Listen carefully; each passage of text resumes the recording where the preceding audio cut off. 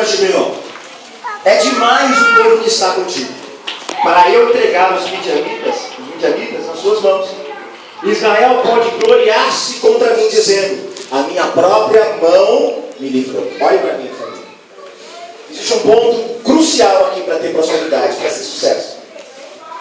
Você não pode confiar na sua própria força. Você não pode confiar na sua própria mão. A Bíblia diz que uns confiam em carro e outros em cavaleiros, mas eu, pelo menos eu não sei você, mas eu farei menção de um homem. Eu não sei um pouco, mas eu vou fazer. Uns confiam em carros, outros em cavaleiros, mas eu farei menção do nome do Senhor. Ele presta atenção, eu não tenho capacidade alguma. E isso não é hipocrisia, não. Estou dizendo aqui para você falar: não, ele é simples, humilde, meu Deus. Falsa humildade, mentira isso. Eu não tenho capacidade mesmo de pregar. Eu não tenho capacidade de curar ninguém, eu não tenho capacidade de ter prosperidade, eu não tenho capacidade nem de administrar minha casa, minha família, eu não tenho capacidade principalmente de me salvar. Eu sou completamente dependente de Deus. Então tudo que eu faço na minha vida tem que glorificar o nome dele. O grande segredo aqui para nós termos sucesso, pastor, na vida, no ministério, qualquer coisa, é tributar toda a glória que você recebe a Deus. Glória a Deus. Quem entendeu, diga amém. Amém. Sabe que muita gente não tem vitória? É dizimista, total, é orgulhoso, recebe toda a glória. Aí Deus não faz nada. Aí Deus deixa você, a pessoa, confiar nas suas próprias mãos, no seu próprio dinheiro, no seu próprio recurso, na sua própria intelectualidade, no seu próprio conhecimento. Mas na verdade nunca vai ser usado por Deus. Porque Deus, ele tem uma condição para alguém ser usado. Precisa tributar toda a glória a Ele. Precisa tributar toda a honra dele. Precisa passar aquilo que você recebe para Ele. É isso que Deus falou para Gideão: ó, Gideão, tem muita gente com você. Esse povo vai se levantar contra mim. Israel, eu conheço o coração de Israel. Eu conheço o coração do homem e da mulher. Quando começar a se encher de muita coisa, vai começar a dizer que foi sua própria força. Entendem? Esses são princípios que Deus não muda. Então, se nós tentarmos conseguir recursos financeiros, conseguir prosperidade, conseguir sucesso, fora desses princípios, nós vamos estar ferindo o princípio da palavra e Deus não está no negócio. Eu preciso nortear a minha vida com esses princípios. Então, qual é o primeiro princípio? Eu preciso quebrar o altar de Baal na minha vida. Eu preciso eliminar as coisas que me impedem de chegar a Deus. Pecado. Concordância com o pecado dos outros, porque muitas vezes eu não estou pecando, mas estou concordando com o pecado. Eu estou sendo conivente com o pecado do irmão, ou da minha esposa, ou do filho. Não é que você tem que bater de frente com todo mundo, mas você tem que emitir a sua opinião. E a nossa opinião não tem que ser com base naquilo que eu acho. Não é um achismo bíblico, é um achismo, é o que eu sei da palavra. Se a Bíblia diz que é pecado, então eu tenho que consertar a minha vida. E eu não posso concordar que as pessoas à minha volta façam a mesma coisa. Ainda que elas não mudem, eu tenho que omitir a minha opinião. Olha, não faça isso, meu querido. Não faça isso. Conserte a sua vida, porque Deus não vai estar nesse momento. Minha esposa, acerta a sua vida, porque senão não vai ter prosperidade. Esposa, acerta a sua vida, porque senão Deus não vai agir, querido. Deus não se zomba, porque eu disse que aquele que plantar, aquilo que nós plantarmos, nós vamos semear.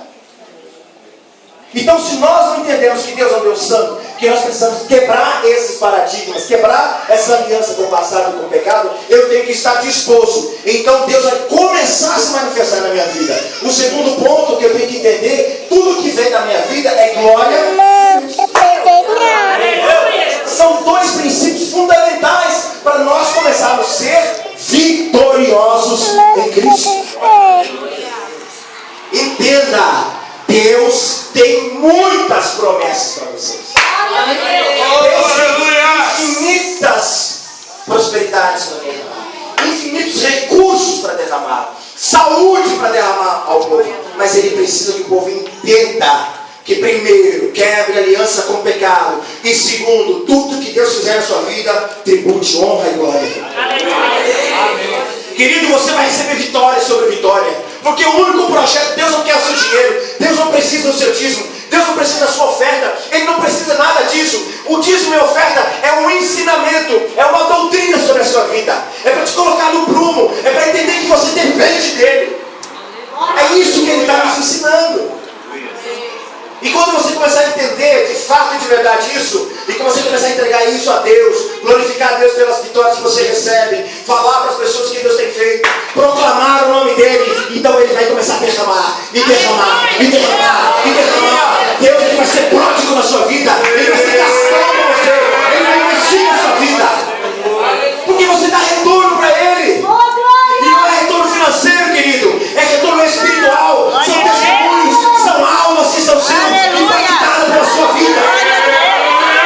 Aleluia. Eu vi um pregador dizer uma grande verdade. Nós temos que parar de calar o diabo com as nossas palavras e começar a calar o diabo com as nossas atitudes. Verdade. Nós oramos, eu sai, Satanás, sai da minha vida, sai, ele sai. Mas o problema é que lá fora ele está rindo, dizendo, você está mandando eu sair, mas sua vida está toda errada lá fora. Hoje eu te obedeço, mas amanhã você está em pecado. Você não conserta a sua vida, você não adora a Deus, tudo que você recebe glória para você, você não passa para aquele que te dá.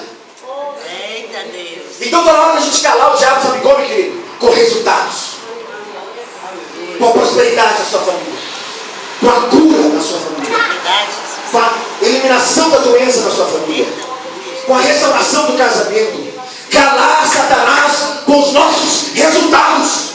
O mundo precisa ver o que Deus faz pelo povo dele. Quem está entendendo, diga glória a Deus. Quem está entendendo, diga amém.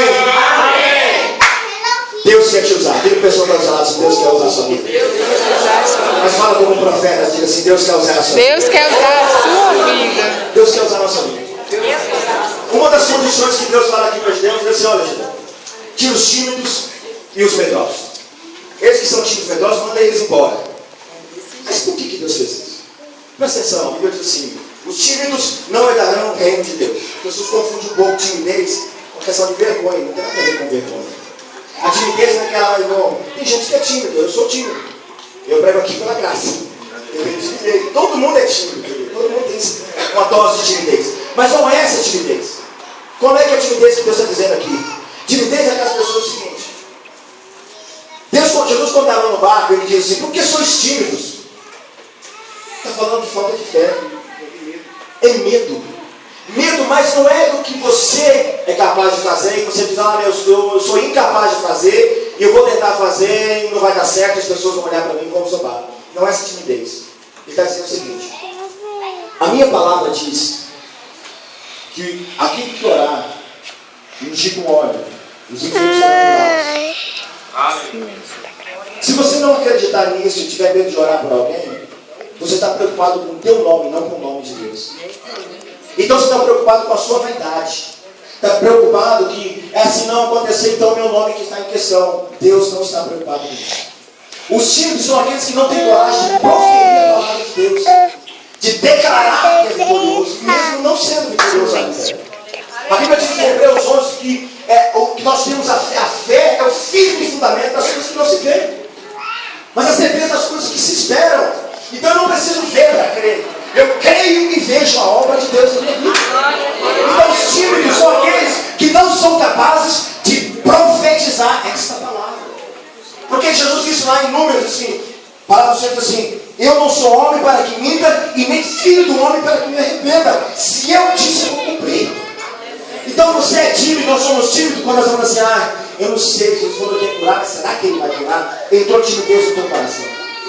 Você foi inibido pela negação. Você foi inibido pela incredulidade. Então os tímidos aqui são aqueles que não têm coragem de enfrentar uma batalha através da fé. Deus falou, não, tira os tímidos. E também tira os medrosos. Quem são os medrosos? Que tem medo? Não. Agora você confundiu. Quem são os medrosos? Eu tenho medo. Quem tem medo aqui de alguma coisa? Vou falar a verdade, mano. Somos humanos, temos medo. Mas temos medo. Isso é normal. Agora, entretanto, os medrosos são aqueles que praticam o medo periodicamente. Ou seja, tem medo de tudo. Tudo vai dar errado. Não consigo. Não vai dar certo. Aí eu não tenho capacidade. Aí eu não vou. Não, Deus, não sei se Deus é comigo. Deus ama o outro, mas não sei se me ama. Eu não tenho certeza. Isso é um medroso. Então o que acontece? O medo que Deus está falando aqui são aqueles. O medo todo mundo tem. tem. Amém, igreja? Amém. Mas você tem que ter a coragem de enfrentar os seus medos. Os valentes aqui foram aqueles que enfrentaram os medos. Você pode ter medo, não tem problema. Mas o corajoso não é aquele que é ausente de medo. É aquele que tem a capacidade, a ousadia de enfrentar os seus limites.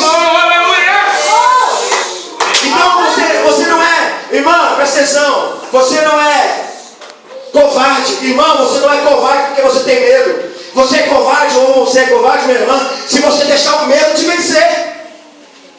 Parta para cima desse medo. Encare a verdade. Busque Deus, profetiza a palavra na sua família. Diga que vai acontecer. E que Satanás não é vencedor de coisa alguma, porque ele já é derrotado. Corajoso é aquele que tem medo de alguma coisa. Corajoso é aquele que enfrenta os seus medos. Amém, igreja? E Deus quer levantar essa igreja, quer levantar você para enfrentar os seus medos. Eu vou contar uma breve história aqui. Eu tinha muito medo do escuro. Eu tinha uma sensação muito estranha. Eu entrava no escuro, pelo amor de Deus, parecia que tinha alguém querendo pular nas minhas costas. Quem já teve essa impressão? Então, sabe o que eu fiz para enfrentar? Deus ficou mais comigo. Pode ser meio doido, mas foi Deus que falou. Eu falei, quer saber de uma coisa? Vou enfrentar esse medo do escuro. Eu andava no escuro, eu tinha a sensação de que tinha alguém me acompanhando. Eu ficava assim. Irmão, eu não posso viver assim. Sabe o que eu fiz? Deus falou assim, entra no seu quarto, eu vou no escuro. Entra de costas, fecha a porta. E eu fui andando no corredor de casa, no escuro de costas. Até aquela sensação de medo sumir, pastor. Enquanto aquela sensação de medo sumiu, eu não parava de outra coisa, eu não corria. Que Deus me tem medo de cenário máximo, né? Essa rápido do escuro. O que eu fazia? Não, eu saía devagar. Ia devagar. Meu coração foi desacelerando, desacelerando. Eu fui ficando tranquilo, eu fui dizendo, Deus é comigo. No escuro não tem nada. Ainda que tiver, Deus é comigo. Ainda que eu ande pelo vale da sombra da morte, não tem nada. Porque Deus está comigo. O teu cajado e a tua vara me consome. Prepara-nos uma vez na presença dos meus inimigos. Unge a minha cabeça com óleo. Certamente a bondade e a misericórdia do Senhor seguirão todos os dias da minha vida. Aonde eu estiver, Deus está comigo. Pode ter medo, mas eu vou enfrentar os meus medos com a presença do Espírito Santo na minha vida. Tenha coragem de enfrentar os seus medos. Você vai sair do medroso para uma pessoa que tem medo, mas é corajosa. Já é uma evolução. Sim ou não? Já é uma evolução. Deus quer tirar os medos dessa noite. Deus quer fazer você tirar essa timidez, esse medo de acreditar na palavra de Deus. Nós temos sido muito incrédulos.